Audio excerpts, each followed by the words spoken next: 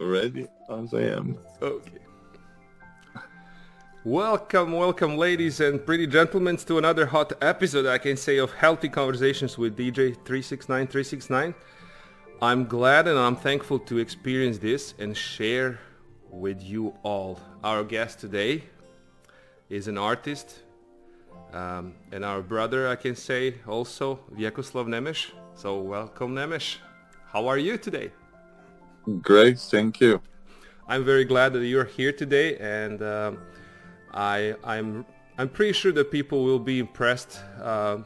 Probably they are all already impressed if they're looking in the background. So we're gonna talk about the art. We're gonna talk about the spirituality. We're gonna talk about how did you start your journey, and I'm pretty sure that you have a lot of messages that people are looking for right now, and let's start. How are you today? What's going on? Where you at? And what are you doing these days? Well, I'm in New Zealand, as you know, or you don't know. I do. Not really much happening for me around Christmas, except that 5 of my artworks are installed at the moment in one of the parks in Auckland, Parnell, and they're called beacons of light, and it looks amazing. You will see the pictures. You will show the pictures of that. So this is what is happening at the moment, and I have a small pop-up exhibition in Russell. This is one of the small towns up north in New Zealand. Nice. Currently, we have it started summer in New Zealand. For those who don't know, and yeah, it's really nice, and I'm enjoying the warm weather. Honestly, I'm a little bit jealous right now because I'm not a big fan of winter. So I'm just wondering if I can jump into the boat or airplane and just get to the New Zealand and have at least 3 to 6 months enjoying time right there. I'm the son of the sun, and I'm just following it. So winters for me are like disasters. But also what I figured out that during the winter, also the fall time, I get increased level of inspiration, and most of the time my soul is searching for some kind of expression during these days. Do you have the same experience, or you just it's every day is for you just the regular day where you can just expand. Goes. It depends on the situation. Sometimes more, sometimes less. I am very often, art exhibitions are usually planned well in advance. So usually during the exhibition, I do the live demos, I do workshops and stuff like that. So that's already in the plan for the next year. I'm going to have 3 solo exhibitions here in New Zealand. Nice. And yeah, so I already have works ready for the exhibitions, and probably there will be much more for the last one. Nice. Honestly, I'm glad that you accepted the invitation, and I'm so thankful. What I would like to know and understand, and also people that are watching too, how everything started. Often I'm wondering, like when I'm watching, when I'm looking at the art, and or also when I'm listening to the music and other kind of art. Where did everything started? So tell me, let's go a little bit chronology. briefly. Shall we start with the year 3? Year 3, sure. Let's go. Let's go. Let's start from the very, very beginnings, but you know, let's go step by step and see how people become painters, artists. I guess you are born with that, but you know, people that probably never try to take a brush in their hands, and maybe this is the right time and right spot as a motivation to people to start. Yes. Well, where shall I start? As I said, year 3. my mother was a very busy housewife. With I was the third son, and to make me occupied, she would give me a pencil, and I have, you know, one of these white doors, you know, and so I had the pencil, and I was just going like that, making circles. Yeah. And she will just wipe it off patiently, and then I will do it again. I don't know whether you remember there's this kind of pencil called Bleistift, which kind of like when it's wet, it makes purple color. Okay. That's the kind of pencil I was working with. So I have a kind of like my own whiteboard when I was little. So I was always drawing since I remember, for myself, you know. And my first interests were comics, and I was, you know, buying Politik in Zabavnik, Stripoteka, and these things. And I wasn't even thinking that I will be one day artist, painter. That came later. So even in my early age, when I was, say, 16, 17, I was actually working in a gallery, helping with the installation and stuff like that. Not even thinking that I will become artist. As a volunteer, right? And stuff. No, it was in Novi Sad. There was a organization called Tribina Mladih, and they were organizing during the summertime. It was called Igre sa suncem. Oh, nice. And I was working there as, you know, helping with the, as I said, installation. There was Tribina Mladih had a cinema, gallery, and disco club. Oh, nice. So 3 in 1. Yeah, and disco club was called Peeping, and it was they were playing heavy metal music. I remember those days. You do? Okay, great. But it was, that place was during me growing up and studying in the city of Novi Sad. It was more like a house, a place for house music, and okay. Yeah. But the name was the same, Pipping. Yeah. So yeah, I know. Yeah. Okay. All right, I got you. I see. Okay. So anyway, so as I said, I was interested in comics, and I was drawing some comics and stuff like that, but I was more focusing on a graphic part of the comics, less on the story. And one of my friend who was photographer, Zlatko Teleki, he said there was an exhibition in Temerin, and he was like, let's do some of you do some drawings, and we'll frame it and put it on exhibition. So this is how it started. That was 1984. So it's been more than 40 years since then.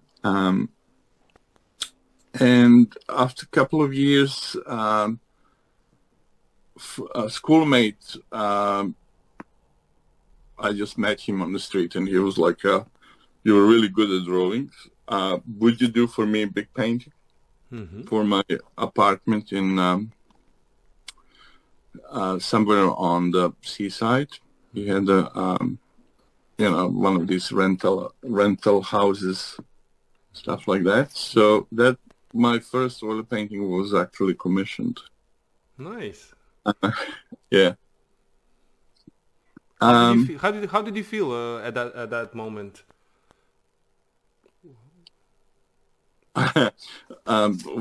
It was interesting experience because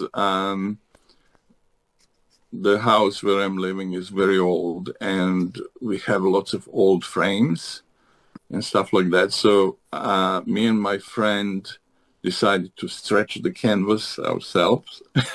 No.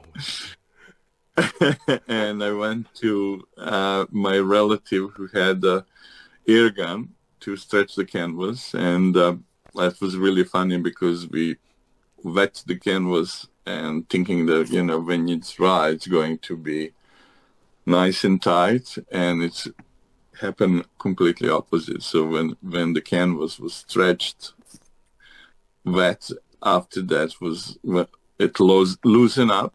Mm-hmm. So I have to unpin and stretch it again. So that's my first experience with the oil painting.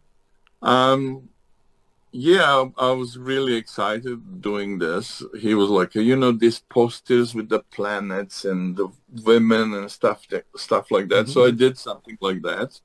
So that's one of my. That was my first painting, and after that I sort of slowly started painting. I put some paintings on local exhibitions. I won some prizes. I was sent to an art colony in that was close to Niš. It's called Donji Dušnik, and that was very good experience for me as a young artist. Then I won. It was like a exhibition on a national level. So one of my painting won, and so that kind of encouraged me to do what I'm doing. And in beginning of 90s, there was a radical changes in our economy. So lots of galleries were mainly under the government,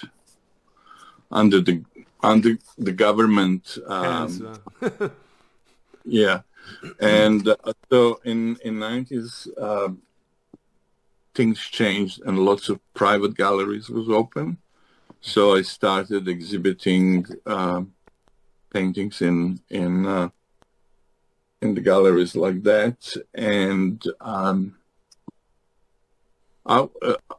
it was really good time for me. I was very successful until the big inflation came, and after that was that, early 90s, right?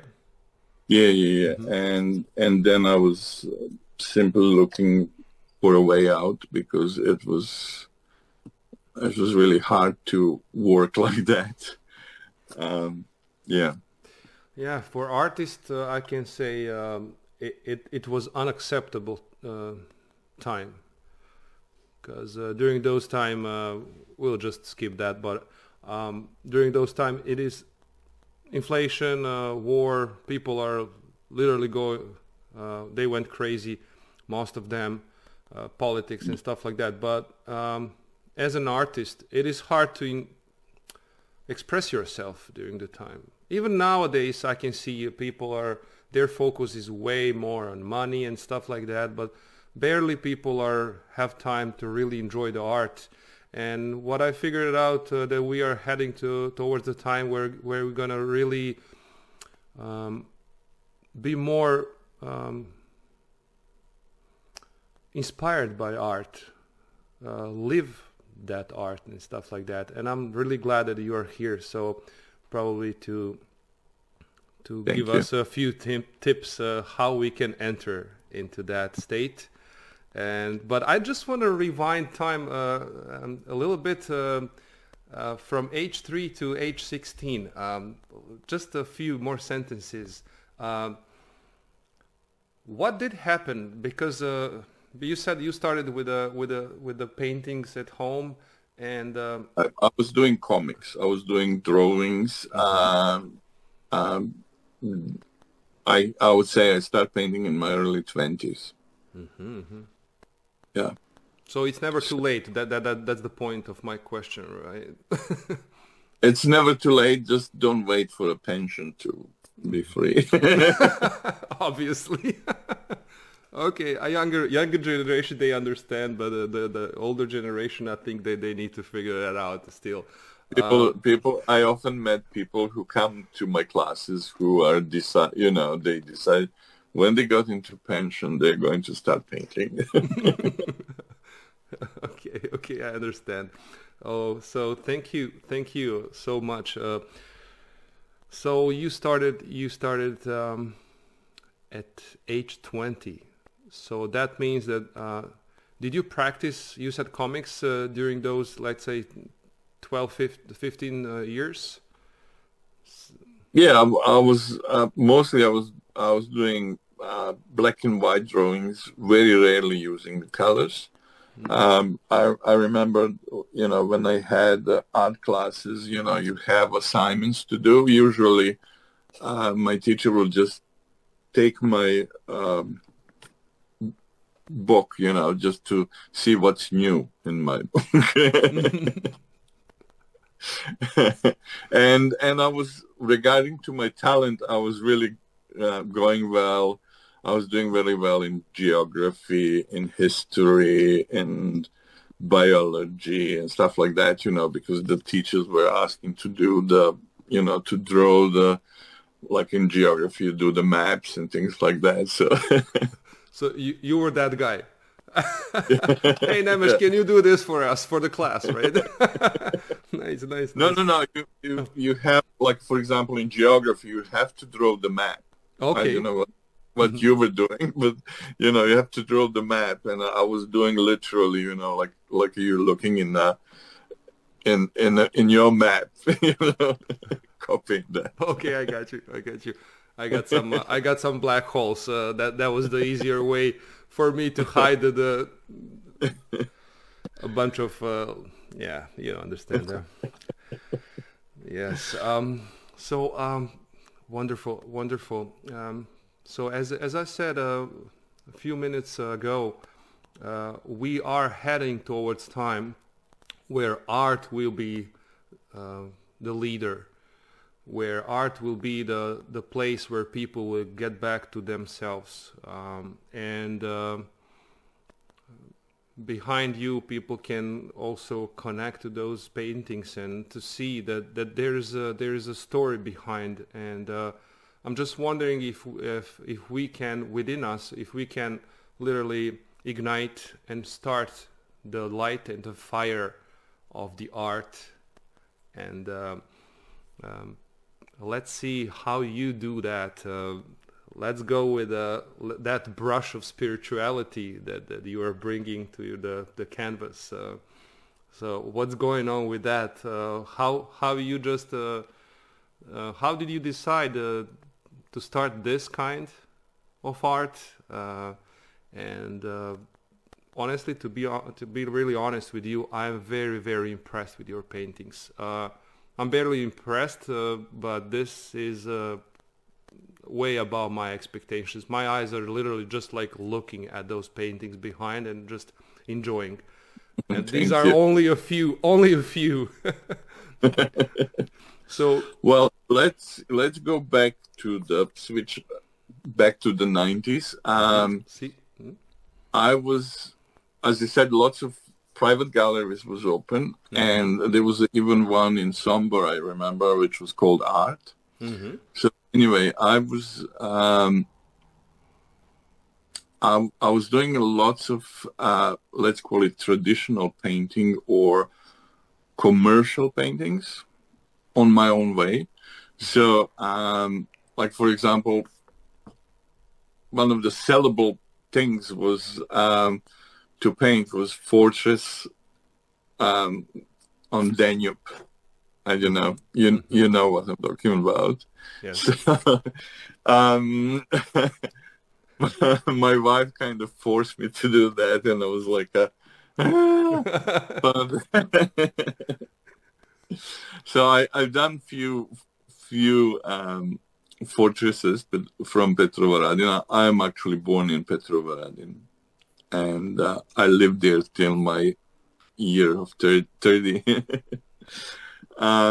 Lovely place. Yeah, so I was doing lots of paintings with landscape type of paintings, floral, paintings with the horses. You will see one of these paintings from the 90s. And parallel with that, I was doing my stuff, you know, and that my stuff was, at the beginning, was very more figurative because my connection with the comics, and slowly it's kind of evolved into more and more abstract paintings. That things changed on my way to New Zealand, I would say. I think it was 92 when I did first of my explosion paintings, and then after that it's kind of my signature thing. Why is this explosion? It's, for me, that represent soul or God or universe or something like that. I would like, you know, when people ask me what style your paintings are, I would usually say it's kind of combination between sci-fi, which I really like, and spirituality. Yes. So my process, as I said, usually I would start with a meditation, and it's kind of became like a channeling. So whatever you can see on my paintings, if it is abstract, it just came out. I kind of just enjoy playing with the colors, and then it kind of develops from there. And of course, it's not always, I have this saying, not every day is Christmas Day. I have lots of unfinished paintings, you know.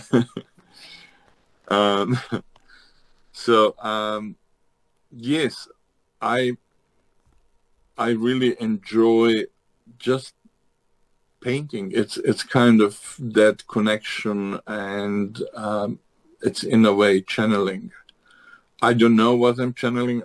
I don't have a vision. Usually people ask me when I'm doing live demos, do you have idea? Or, you know, no, it just comes out and it happens. Channeling the original idea. Yeah. Wonderful. Talking about the unfinished paintings, I was researching your website, and people will be able to find your website down in the description. So there is a part where I found your message about the unfinished paintings, and that was very interesting to me. You said that a lot of artists and painters can come together and finish those unfinished paintings. How do you are you emotionally connected to those paintings? How do you feel about those unfinished paintings? And did you ever succeed with you know, having a few of painters, artists, and doing those kind of things together? I did, or no? Not yet. I did several collaborations where, you know, we were using my unfinished paintings, and make something out of it, and it was quite interesting. It was a while ago. I also did collaborations with my students. For example, I had exhibition in July this year, and it's the middle of the winter, and so I hired the space with the idea that I'm going to have exhibition, but I'm also going to have a studio where I'm going to paint, and people can see me live painting. For that occasion, I bought a bunch of my unfinished paintings, and I managed to finish several of them. What is interesting that paintings are sometimes much better than paintings which just go in one go. For example, this painting behind me, this painting here, they are both done in one go. But the paintings which I do, sometimes I do like 6-7 layers. I have a triptych which was called Seven Wonders, and it actually I put together 3 unfinished paintings which already had a couple of layers on them, put them together, and then I paint them together, and in the process I think there was like 7 layers of paint, and this is why I decided to call it Seven Wonders. So is there any difference between those two groups of paint finished arts? Is there any? Well, yeah, is there any like? How do you feel like emotionally regarding that? And because if you do on the spot one shot and you just just release that, and you feel amazing, I guess, right? And then after you have something that it's not finished, but also it feels to me that it got stuck somewhere, but also it can be, maybe I'm wrong completely. So I just want to explore that part. How did you feel as an artist, as a painter? Sometimes I have pieces which I have in which were sitting for sometimes 10 years in my storage, and then it's always easier to start blank canvas than to work on an unfinished piece, and but when this happens, it's something really special. As I said, when I do piece like that, it makes me really excited. And usually when I finish my painting, I will usually enjoy going around and just observing it. I remember when I started painting, at the time I was a smoker, and I would spend hours and hours just sitting and observing my paintings. I wasn't criticizing myself. I was just enjoying it, and I would say usually my thoughts was, where this came from, I remember I had a couple of paintings with when it's kind of like a universe, but there was a deer, and I was it just came out, and I was like, oh, wow. I've done that.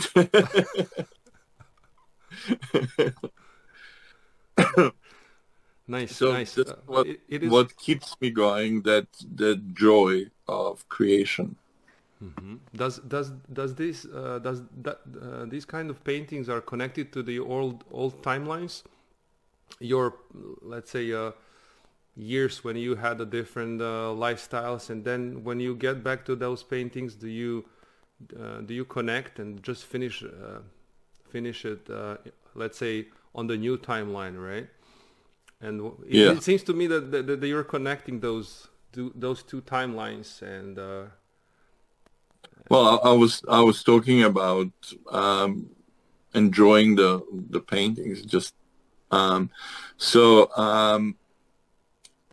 in these days, I'm doing a lots of, well, let's call it digital work. I'm creating my own books. I think I started more than 10 years ago. My first book was kind of like a portfolio. So I just put my favorite pieces in that book, and just to show, art galleries or customers or something like that. And then I realized that lots of these paintings are gone or sold, So I decided to make, after that, I decided to make the book with the current paintings. And this is how it started. So if you look on my website under the books, there was probably more than 10 books which I did in the last 10 years. Yes, I found it. And this kind of gives me joy, just going through these books and creating these books and stuff like that. Wonderful. Wonderful. So before the deer starts running around,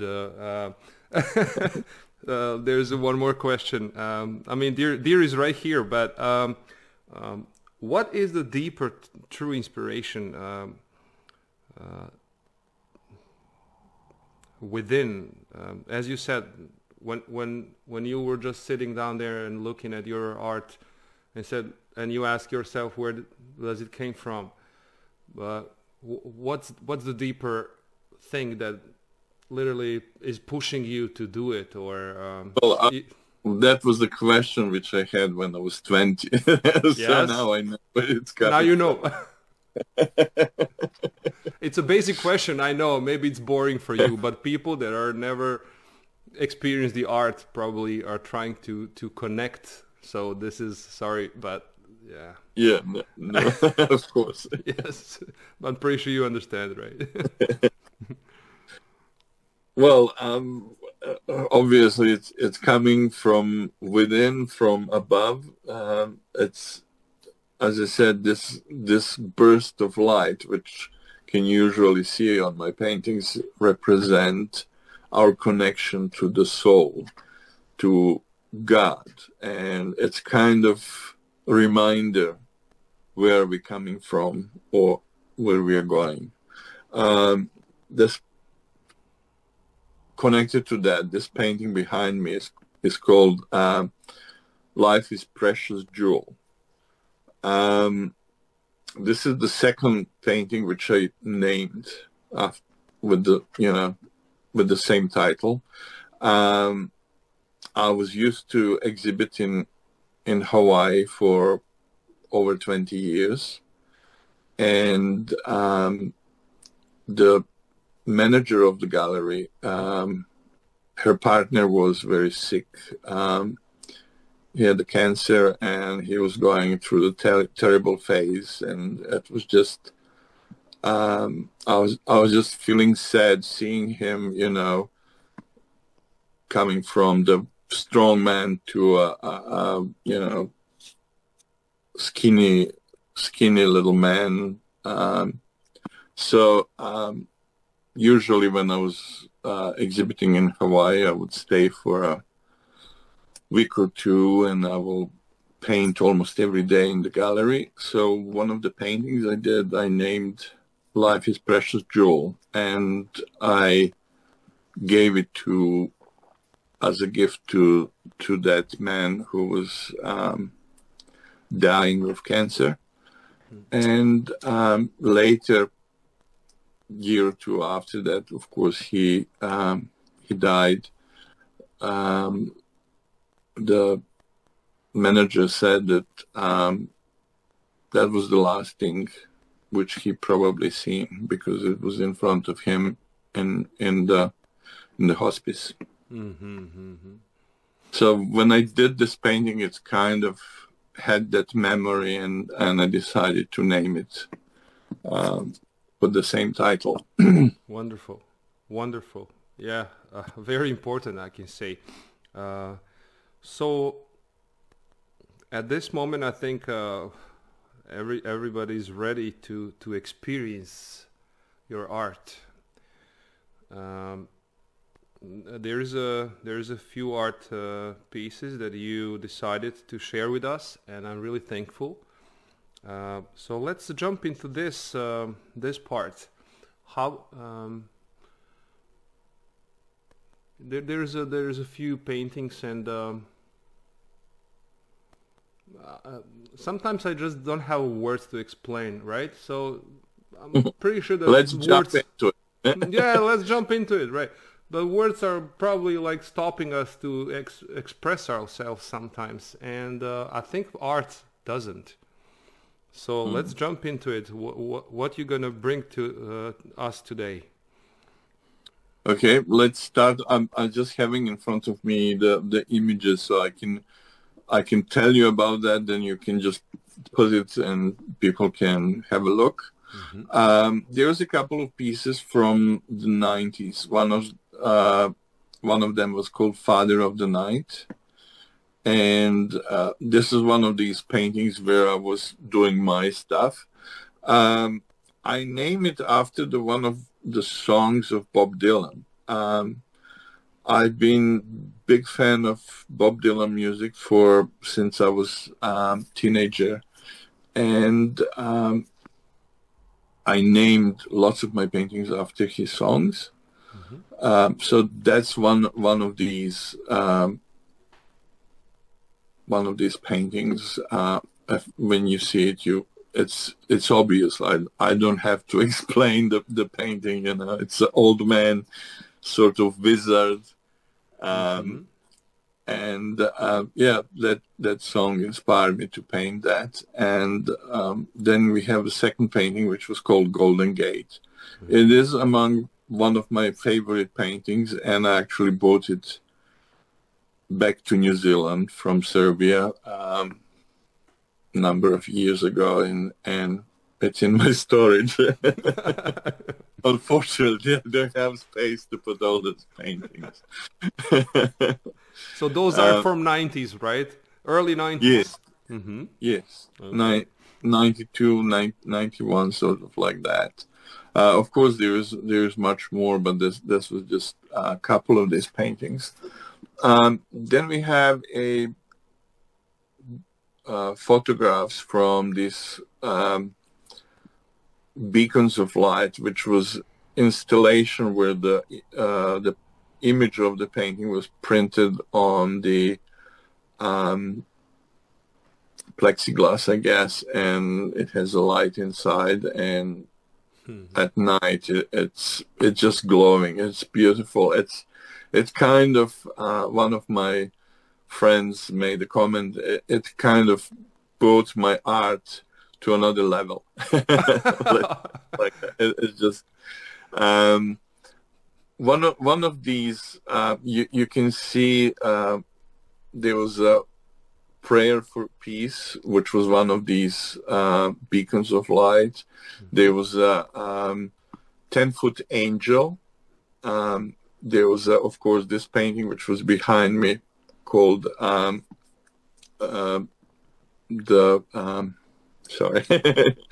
Life Precious Jewel. And there was one of the paintings called Altar. And when I did these paintings, I have a little tradition, and I don't know how long. I think it was before year 2000 I started doing this, maybe even earlier. So I was listening one of your podcasts talking about Magic NO'i, and I have this little tradition when I start New Year's Eve. I start painting, and then I finish it next year. So that's my little tradition, and I usually put into this painting. You know, I usually describe when you paint. It's kind of you are creating your own universe, and your thoughts and feelings are in this painting, you know, and people can feel that energy. It's a you create the energy with this painting, and people can see and feel that energy. So when I'm doing this New Year's painting, usually I put some thoughts into this. What is my wish for the next year, something like that. So the last couple of years, my paintings were called Prayer for Peace, and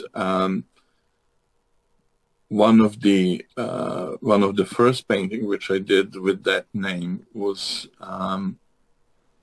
I painted when started war with the Ukraine and Russia, and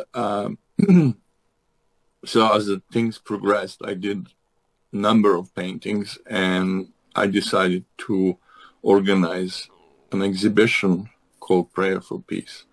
So I invited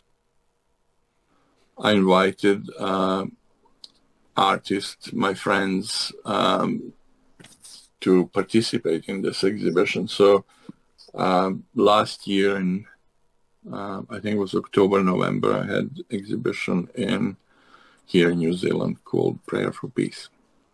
Wonderful. Yeah.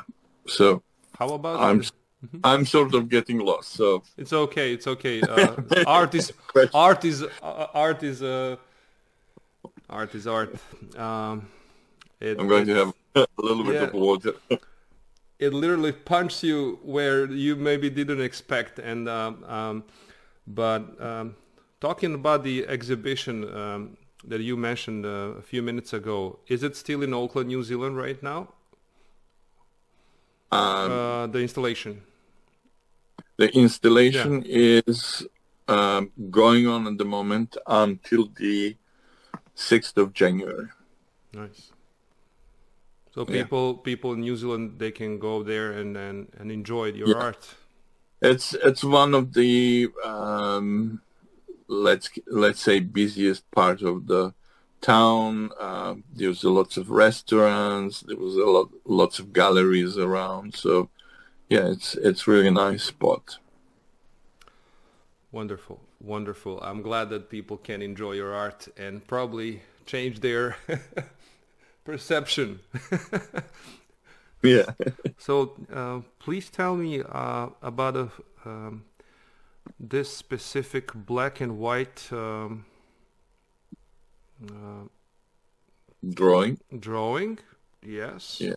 Actually, it's not black and white. There's a few golden parts. Yes, I was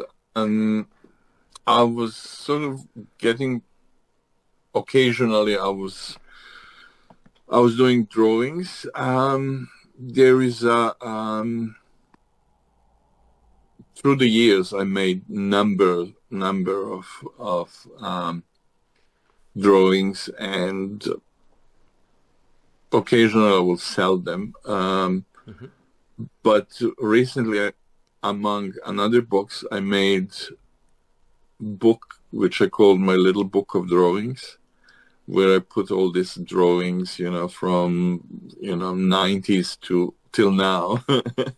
I think that the first drawings which I have in the book is from 94, when I was in Sri Lanka. So before coming to New Zealand, I spent 8 months in Sri Lanka, and during that time I did lots of drawings. This one again is called This Dream of You, and it's actually again inspired with one of the songs of Bob Dylan. I just wanted to put it as a sample of this is kind of graphical part of how I was doing my comics. So I kind of I was doing this occasionally. Sometimes I would just sit and watch TV and doodle around. Yes. Those golden spots. Wow. What's the meaning of it? Because it's obviously black and white. I just wanted to put to these drawings a little bit more dimension, a little bit more depth, So the gold and it's actually the liners for glass. Mm-hmm. I'll just have a look if I have one just to show you quickly. So sure. For lots of years I was doing I was painting glass. So when I would have exhibition, I will also have pieces of glass which were hand painted, and they were selling very well at the time. I used to have a couple of galleries who will have my glass and stuff like that, and then that kind of slowly ceased down, and I don't remember when I was doing it last time, but anyway. So the line, this is it comes in a little tube, and you just squeeze it out and do the work. Yeah. How about this one? Impressive. Prayer. I cannot see the name fully. For peace? You're talking about purple one? Yes, the purple with purple. That's right. That's the first prayer painting. Prayer for peace, right? Yes, that's the first painting I did with that title when the war started with Russia and Ukraine. Mm-hmm. Yeah. Very liberating, I can say. The first impression is liberation. Yeah. Often you can see on my paintings horses. Mm-hmm. They represent for me strength and freedom, and so you can see it. There was a painting called Golden Gate from '92. Mm-hmm. And also you can see another one which was called Born in Time. And this title, Born in Time, again, is after one of the Bob Dylan songs. So I also had last year exhibition called, it's called Together Through Life, and it's actually inspired with the title of one of the Bob Dylan's albums, mm-hmm.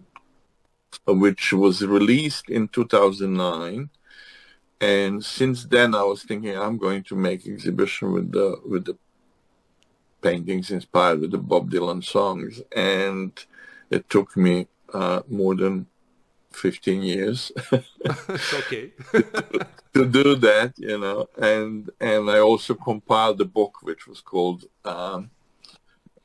Together Through Life, because for me, I've been through all my years, as an artist. I was listening his music, and I was inspired with his music, and as I said, I often name the paintings after his songs. I wouldn't say that I wasn't inspired with Balashevich as well. Nice. Wow. Yes, I understand. He said that his words are actually colors. I don't know, have you ever heard about that? But he said that I'm using my words as colors. So when I create songs, I actually paint them. He kind of, with the words, he paint the picture. That's right. Yeah. Yes. Wonderful. True. One thing which people probably don't know is that Bob Dylan is also a very successful artist, and he's been exhibiting in museums around the world and stuff like that. Nice. I didn't know that. Wow. Thank you. So art supports art, I can say. Yeah. How about the females on your paintings? What the? There is a couple of paintings with the females. It's for me when this happened, it feels like they're like a goddesses, you know. Mm-hmm. And I have elderly lady who was my big critique, you know, mm-hmm. and she will sometimes say, "I don't like your women because they look like they're looking through you, you know." You know, they are sort of heavenly creatures. Obviously, I can see it. Yeah. As I said, there was there was a one which was called Luna, and that painting, it's a long one. Mm-hmm. And that painting was actually commissioned a few years back from the lady from England. So she lived in New Zealand and she loved my art, and so she decided to move back to England with her family, and she commissioned me to do the paintings, and it was based on another painting. And it came so beautifully. It's kind of, to me, looks like there was a woman in blue, and kind of reminds me of Queen Elizabeth when she was young, kind of thing. And it's gone. Okay, I can see now. Yes, yeah. Yes, see. Funny story. There was a painting behind me. So when I did this commission, we agreed, because she lived in England and shipping is very expensive. So I took it off the stretcher bar and sent it in a roll. So I stretched another canvas, and this is another version of lady I did after Beautiful. that. Not as good as the first one, but I quite like this one as well. I really enjoying both, honestly, right now. So thank you. Thank you so much. How about this one? Terraforma. Terraforma. It's called Terraforma. Mm-hmm. I did actually several paintings which I named Terraforma. You know, this idea of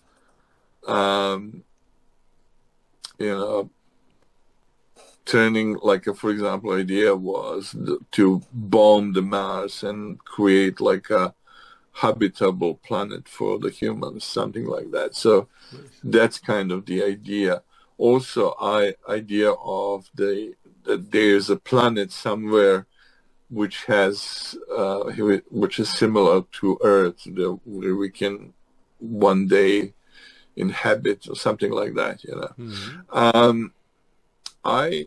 I did several collaborations with one of my students, and she was actually very successful ceramic artist, and she came to one of my workshops with the idea that she's going to paint her ceramics with oil. You know, traditionally ceramics is glazed and fired in a kiln and stuff like that, but she was thinking, I can do, you know, she can paint it with oils. And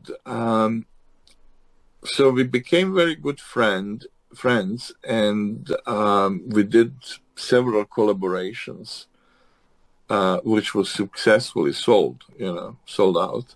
So I did another couple of globes which she made, and then I painted them sort of similar like that. Mm-hmm. So I decided, I just went to a shop and bought a globe. See, what was that?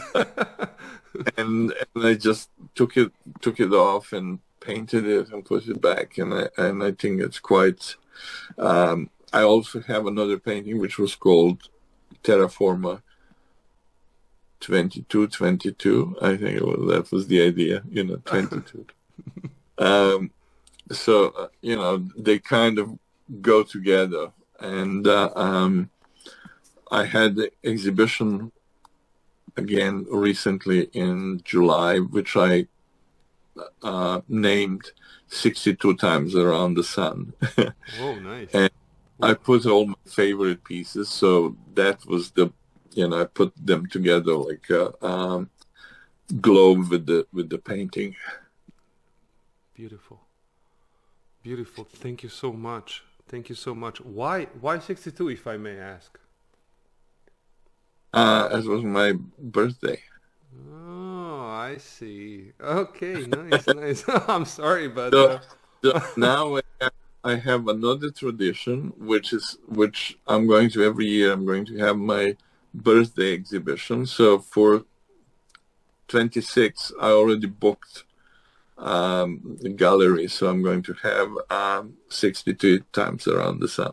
Wow, I love that. I love that. I love those numbers, actually. I made the painting, which was called 62 times around the sun. Is there any chance that people from Serbia, Croatia, Slovenia, Bosnia, Macedonia will ever see your paintings here? I don't know. I hope so. I'm not that... Europe too. Yeah. Last time when I exhibited in Europe was in Paris 8 years ago. 8 years ago, 2017. And yeah, nothing really happened. And then the COVID happened, and I was kind of, especially for New Zealand, we were literally blocked from the another countries. I don't know how it was for you.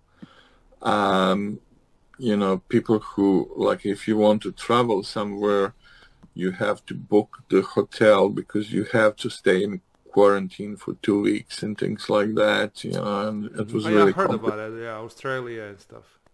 Yeah, so it was really difficult, which was discouraged me actually to travel, and I actually haven't been out of New Zealand since 2019. Mm-hmm. Yeah. So hopefully 26 will be a year when I will sort of start moving. I hope I'm going to be able to see you in person and hug you and thank you in person for this wonderful conversations. Thank you. So let me ask you this basic question. I just want to go back a little bit. When you said, when I asked you those basic questions, I used to play basketball, and when people see me, they say, "Oh, you're so tall." Okay, so what are we gonna do about it? Like that was their first impression, right? So so let's just go back to. I was like, so what are we gonna do with it? Like, "Oh, you're so tall." Like, okay, so and then what? So the thing is. The reason why I'm mentioning this is how to see if we can help people do any kind of art, and this conversation should be inspiration for all of us. My question for you will be, what is probably the biggest stepping stone or block that people have from, running away from the art, from themselves, I can say too? Well, first thing, it has to be joyful thing. If you don't enjoy doing this, there's no point. Even if you can draw, you're very talented, but if you are not enjoying, there is no point in doing this. So if you enjoy it, then I would suggest go for it. For me, painting was always play. When I'm painting, I'm actually playing. And this is the starting point. I was earlier talking about that I was doing drawing. So since my 20s, I was mostly doing drawings. I never painted. I never used the colors. So when I started using colors, I started really simple. I was using, before painting with oils, I've been painting with oils for about 40 years. Mm-hmm. Before I started painting with oils, I was doing some oil pastels. So mostly I was using like a piece of black paper, and then I was doing, with the pastel, I was doing like a planets and stuff like that. Nice. So my natural idea, you know, when I started painting with oils, was first I was covering everything in this case, not black, but dark blue, sort of, it's called Prussian blue. Mm-hmm. And then I was slowly bringing the colors.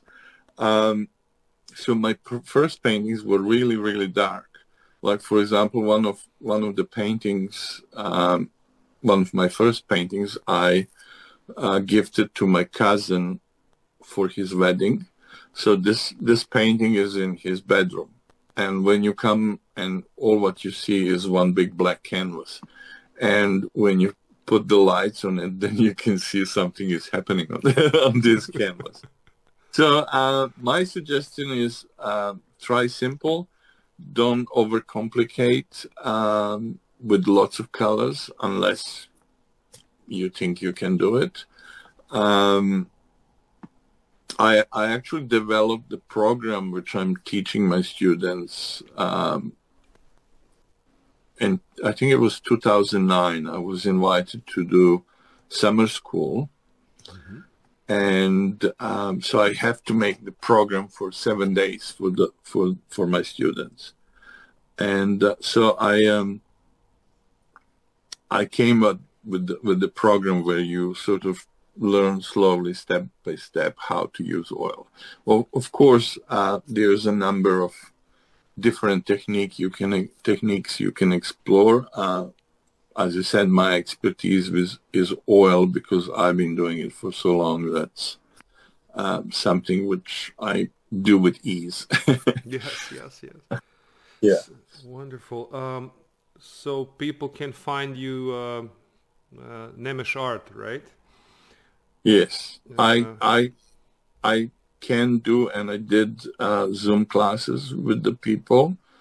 Of course, it's much easier if somebody been at least once on my class, so they know, they have idea what they need to use and stuff like that. But it's possible.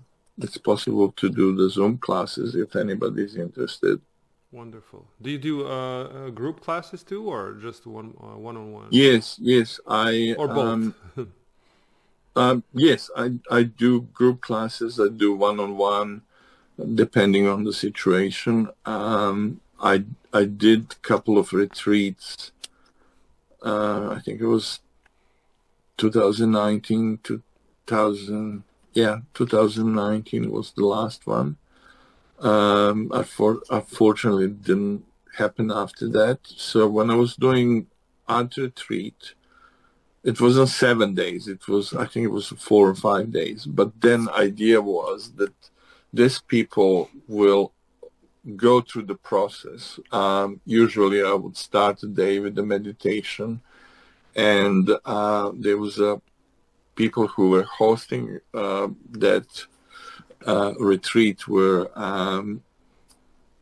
a couple who was into different spiritual things. So idea was that every day somebody will, there was 4 of us, so every day somebody will do something different, you know. I would usually start the day with the meditation, and then I think the first day I was doing kind of like talking about myself, how I started, things like that, just to help people. And I was doing live demo, and then each of these people were doing different things.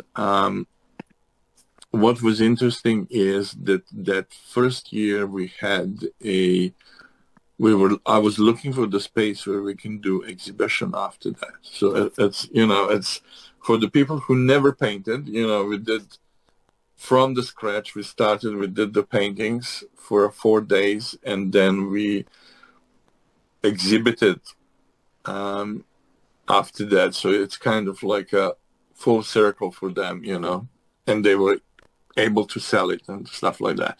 So that first retreat, we had exhibition in the Buddhist temple in Christchurch.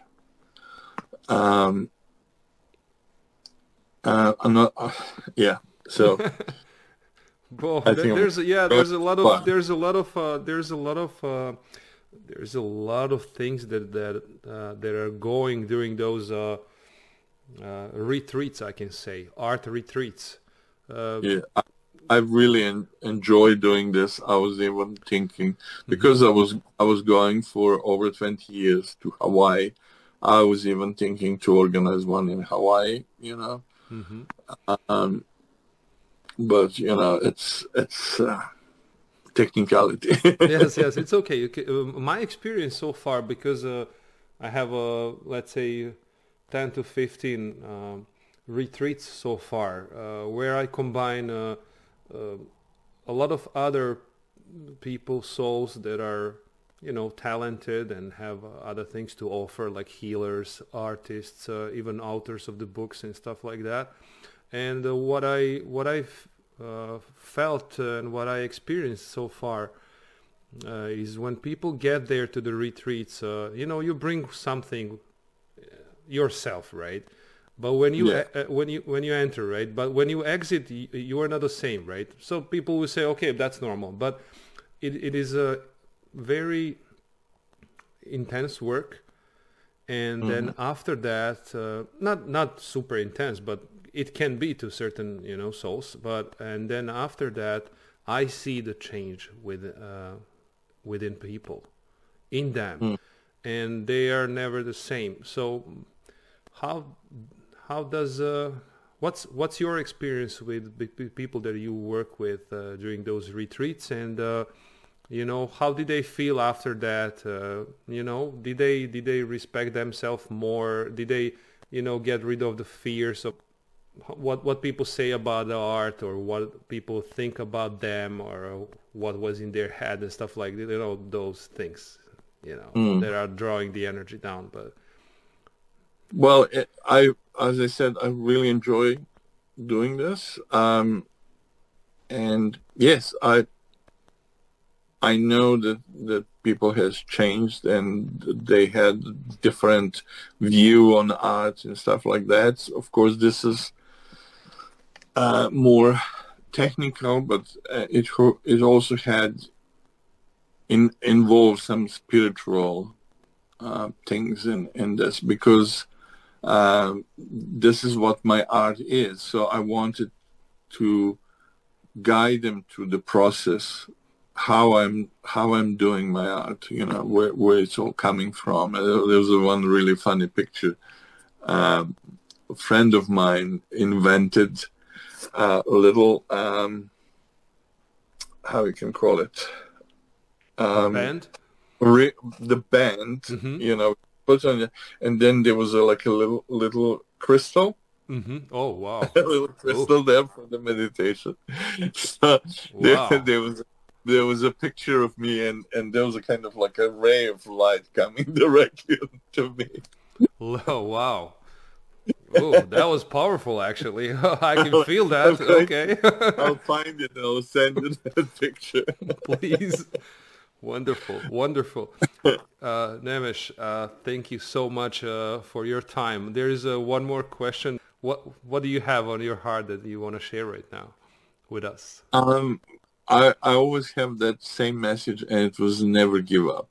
You know, if you feel that this is you, keep going. I had really interesting story, because I was invited to, there was a, here in Auckland, there was a pop-up exhibition, and there was an elderly lady in her 80s. And so her husband didn't approve of her work. So she would usually, you know, when she finished her house chores late at night, she would just do her art. And it happened that one of her sons took one of these pieces to a framer, and framer really liked it, and they decided to make the pop-up exhibition. And this came to the TV, the story on the TV.